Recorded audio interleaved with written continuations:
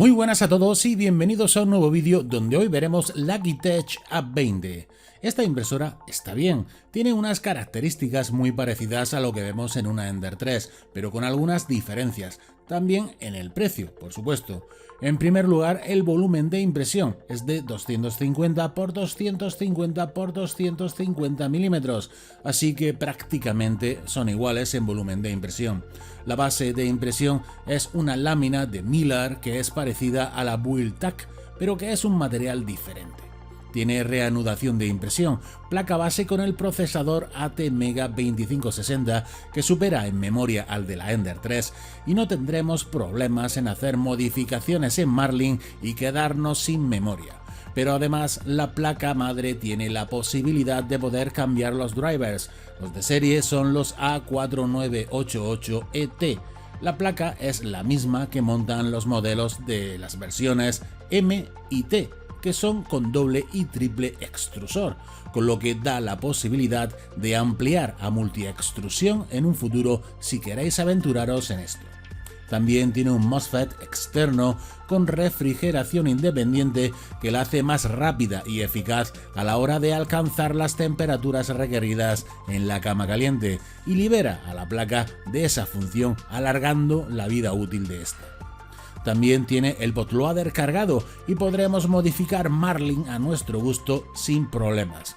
Os dejaré en la descripción del vídeo el Marlin ya modificado que yo he hecho y usado. Después os enseñaré cómo hacerlo. Tiene un LCD como la Ender 3 y su uso, montaje y mantenimiento es muy sencillo.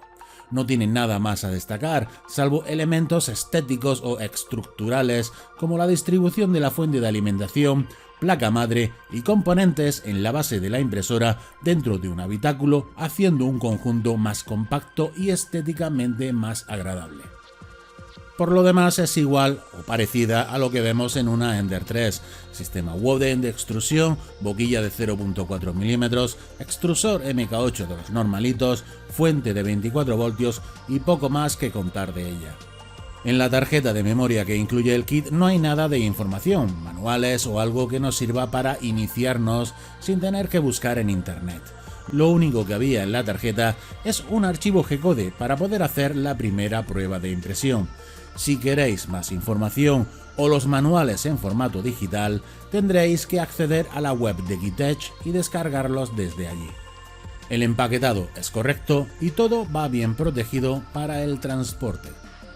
Además de todas las piezas que habéis visto mientras hablaba que componen la impresora, en el paquete también hay cosas que vemos a continuación. Manual de montaje, en inglés, pero fácilmente entendible siguiendo las imágenes.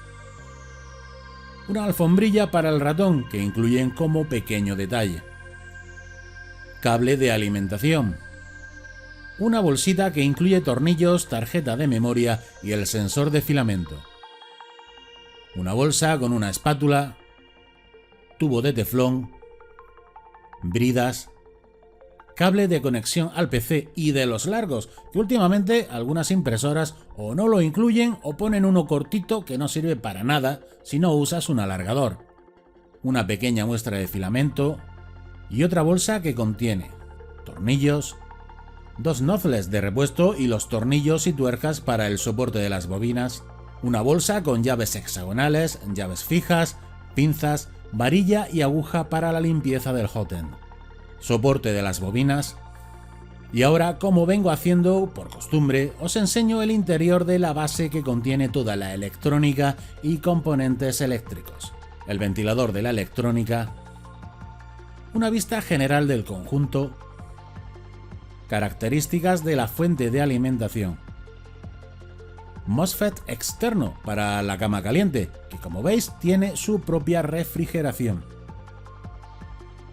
Placa madre donde se ven los dos huecos para los dos extrusores más por si queréis modificar a multiextrusión. Aquí veis la versión de la placa y un detalle del procesador ATmega 2560. Aquí un driver que desmonté donde veis que son los A4988ET, el LCD por detrás y los conexionados eléctricos. El montaje, que es muy rápido, lo haremos uniendo la parte inferior con la superior usando tornillos métrica 5 de 30 milímetros que les pondremos arandelas en cada uno. Después, desde la parte inferior y colocándoos en la posición que os resulte más cómoda, los introduciremos por la parte inferior de la base para atornillarlos en la parte superior, que son los perfiles de aluminio y que forman el eje Z de la impresora. Siempre mirad que todo quede alineado. Al portabobinas le pondremos los tornillos y tuercas de perfil que os mostré antes. Es muy fácil, como veis, es simplemente alojar el tubo en el hueco y colocar la tuerca negra que tiene el propio tubo para asegurarlo. Lo atornillamos en su posición y queda listo. Cortamos la brida que sujeta el cableado, pero antes colocamos el sensor de filamento. Lo podéis dejar un poco suelto si queréis y no apretar mucho los tornillos que lo sujetan. Colocamos el tubo de teflón en el raccord del extrusor. Conectamos el conjunto de cables del extrusor en el conector de la parte trasera del carro. Conectamos el motor del extrusor y el sensor de filamento. Colocamos el carro en la posición más alejada del extrusor, dejando el cable sin tensión, y después asegurar el cable con unas bridas usando dos agujeros que hay en la pieza que sujeta el extrusor. Conectamos el motor del eje X. Conectamos el final de carrera del eje X. El final de carrera de Y y el motor de Y ya venían conectados. Conectamos el motor de Z y el final de carrera de Z. Ahora con bridas reorganizamos y sujetamos los cables para dejarlos lo mejor posible y que no entorpezcan en el movimiento de la impresora. Todos estos tornillos sobran. Ahora solo os muestro cómo hacerlo en la cama, pero es el momento de revisar todas las tuercas excéntricas de todos los ejes y ajustarlas. Ponemos la lámina donde se imprimirán las piezas, quitamos el plástico protector que tiene la cama y lo pegamos en el aluminio directamente. El adhesivo de esta lámina Mylar no es muy fuerte como otras láminas y se puede incluso volver a despegar fácilmente. Para las pruebas de impresión he usado el filamento de la marca Kitech también, no lo había probado aún y tenía ganas de hacerlo.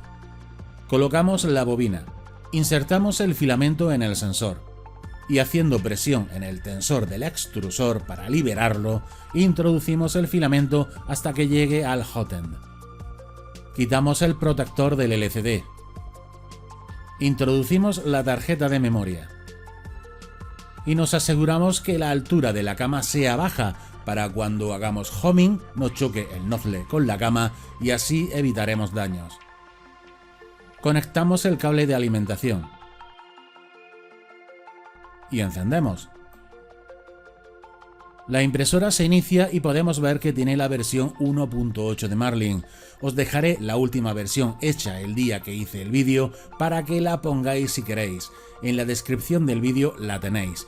Durante estas imágenes, además de que veis que incluye esta versión en los menús, aprovecho para precalentar la cama y poder hacer el nivelado que se verá a continuación.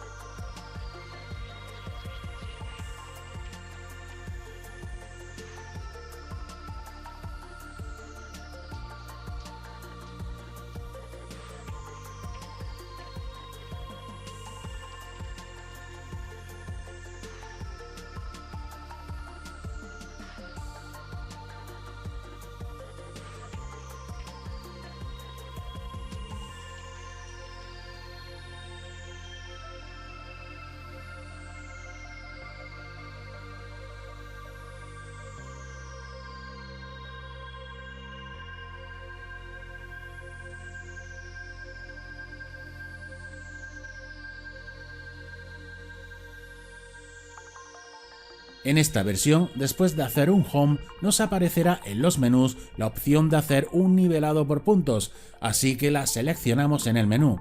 Pero hay que hacer el home primero para que aparezca esta opción. No os volváis locos buscándola sin haber hecho un home porque no la veréis. Y ahora lo de siempre, ya sabéis, con la hoja vais probando, la hoja de papel debe rascar entre la cama y el nozzle, pero que entre y salga con facilidad.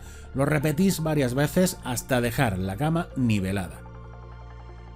Una vez lista la impresora, ya podemos seleccionar el archivo a imprimir desde el LCD y poner a prueba esta impresora. Los resultados de las impresiones han sido buenos tal y como veis en las imágenes de las piezas impresas. Con respecto a esto no tengo pegas en esta impresora. Lo típico que suelo decir solamente, que ya podrían ponerse de acuerdo todas las empresas y montar de serie extrusores mejores, tipo Titan, BMG o de doble engranaje al menos. Por lo demás se ha desenvuelto bien y los resultados son satisfactorios. La superficie de impresión tiene un buen agarre y lo único que he hecho ha sido limpiarla con alcohol entre impresión e impresión. Como pega, he de decir que, como ya comenté antes, el adhesivo que tiene no es muy fuerte y si la pieza está agarrada a la superficie de impresión, al hacer fuerza se puede despegar un poco en la zona y generar una burbuja. Así que mejor meter la espátula a ras de la superficie con cuidado y sacar la pieza así que tirando. Por otro lado, no sé si las características que tiene, que tampoco hay mucha novedad, justifican el precio que tiene en algunas tiendas. Si es verdad que de oferta puede ser atractiva, pero buscad bien y comparad precios porque entre tiendas puede haber mucha diferencia. En la descripción del vídeo dejaré varios enlaces donde podréis comparar.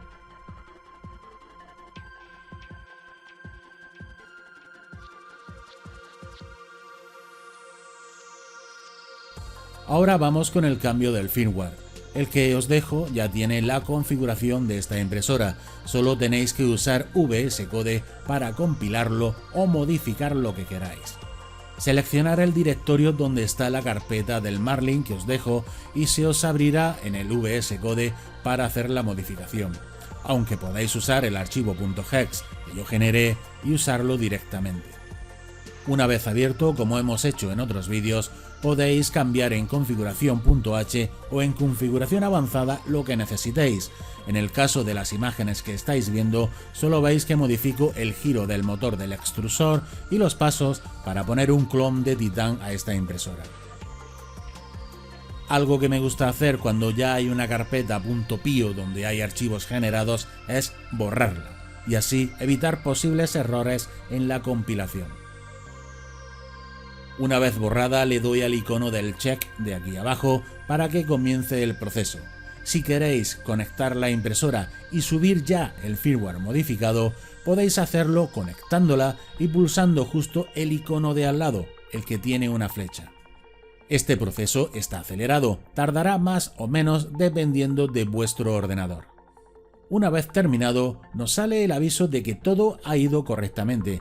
Ya podemos abrir Cura, que es lo que vamos a usar para actualizar el firmware usando el archivo .hex que hemos generado. En Ajustes, Impresora, Administrar impresoras. Seleccionamos la impresora conectada al ordenador. Clicamos en Actualizar firmware, Cargar firmware personalizado. Y con el que hayáis compilado o con el que yo os dejo, vamos a la carpeta PIO. Build, Mega 2560 y seleccionamos el archivo .hex.